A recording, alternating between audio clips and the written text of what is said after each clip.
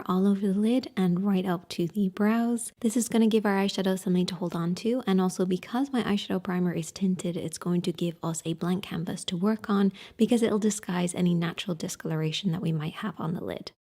Now, of course, you can use a concealer if you don't have an eyeshadow primer. However, it doesn't give the same sort of gripping power, so your eyeshadows might not last as long. As long as you are okay with that, then you can use a concealer. You may also find using concealer on oily skin, it kind of starts to separate the eyeshadows. However, for more of the mature or the drier skin, you might actually still get away with it. But just make sure you have a good base to start with.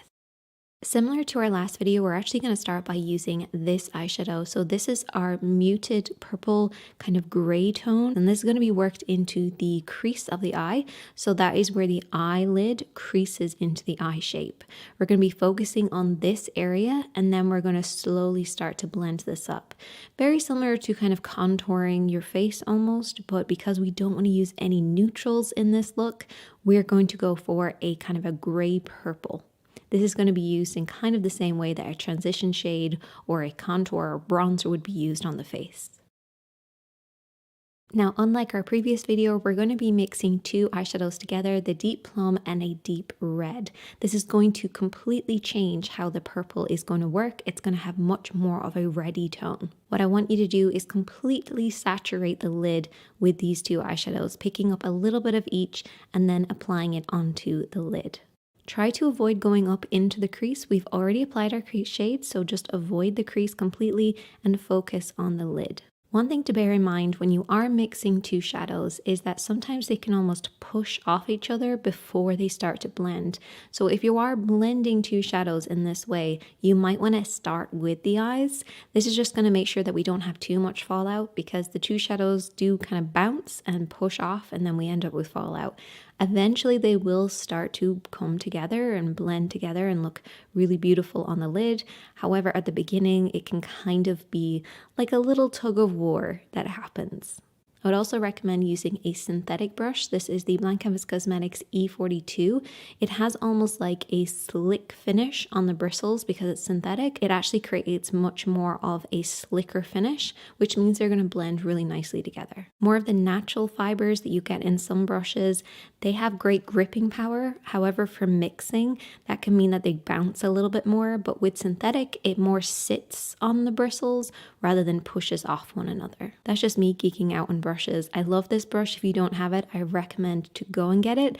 I have been using it for about 6 years and I absolutely love it. It's my go-to when it comes to mixing. It's also just my go-to in general. I can use it for anything. Creams, liquids, gels, synthetics, all the way for me. What I want to do now is just to make sure that we have a blend right from the lid into the crease. So I'm going to take my blending brush and very softly go around the edges of the lid just to make sure that we don't have any harsh lines.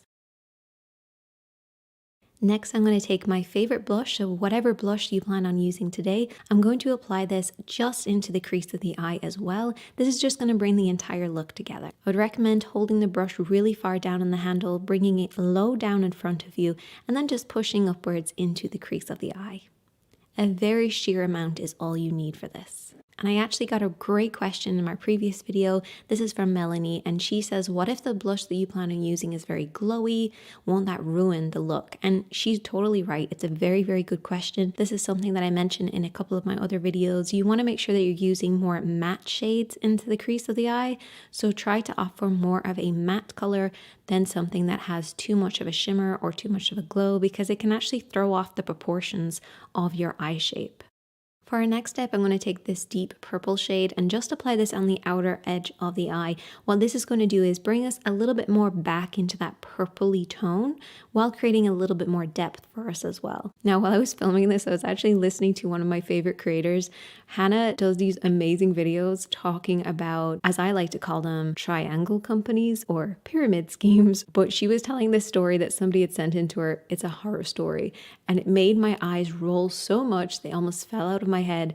But basically this was talking about someone who said that makeup is only for certain people. And it honestly made my eyes nearly fall out of my head because makeup is for everybody, but it's also for nobody. If you don't want to wear it, don't wear it. If you want to wear it, wear it. And this just blew my mind when I was listening to the story because there was so much wrong with it. But I love Hannah's approach to everything. I also love her little cats. They're so cute and adorable. I'm allergic to cats and it makes me want to get a cat because they're just so cute. So go and check out Hannah, but that's why you can see my eyes nearly roll out of the back of my head. But I'm applying this purple on the outer edge of the eye, and this is just going to add a little bit more focus and a little bit more depth onto that outer corner, and then you should end up with something that looks like this. Now moving on, the next few steps are going to be optional, so just bear that in mind.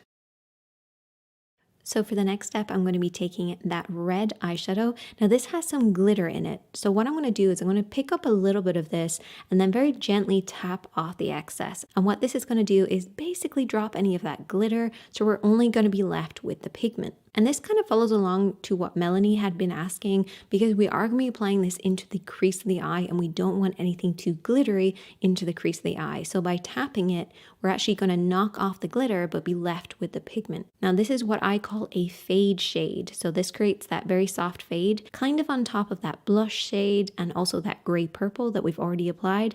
It's very slightly just kissing this area. Now this is going to be barely noticeable. As you can see from the before and after, it's not really there, but it is kind of there.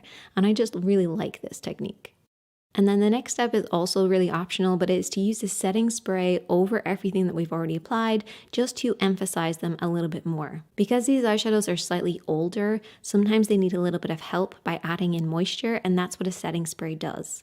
Now I feel like it was almost too intense by this stage, so I just applied a little bit of concealer on that inner third, then I applied my face highlight and blended it out with my blush. Now you don't have to do this, I just found that I was losing a little bit more structure, so this just added a bit more light into this makeup look. You could just go ahead and apply just a little bit of highlight on the inner corner and be good to go, but I went for something a little bit more fun. I also applied liner, which you know I never do. But I feel like this look was calling to me from like 2015 and really I needed to apply liner for it. This is 2015 me when I used to actually do very dramatic looks with liner. This was actually a super fun one for me. I haven't done a makeup look like this in a long time. I feel like the older I get, the more of the muted tones I prefer, but sometimes it's nice to be adventurous. So definitely let me know if there's any other colors that you'd like to see. A lot of you were asking for blues, which I think we're gonna do really soon. And also in my previous video, I asked you guys to leave an emoji if you made it this far into the video. And I love the different combinations that you came up with. All I said was a swimming emoji, and then so many of you came up with all these different combinations. So I absolutely love that. So because I don't want to hold you back from being creative, I'm literally just gonna say, put any pink or purple emoji that you like, and just have fun with it. And as always, my friends, be kind to yourself, be kind to others. And if you get this far in the video, you usually know I do a little bit of a talk about real life for a second. The last 2 days have been very difficult. I spent most of yesterday crying a lot, and I do think it's important to share the not so pretty side of life, particularly if you have a chronic illness like me. So I spent a lot of time yesterday being very upset. I wanted to get this video done, which I did, so yay.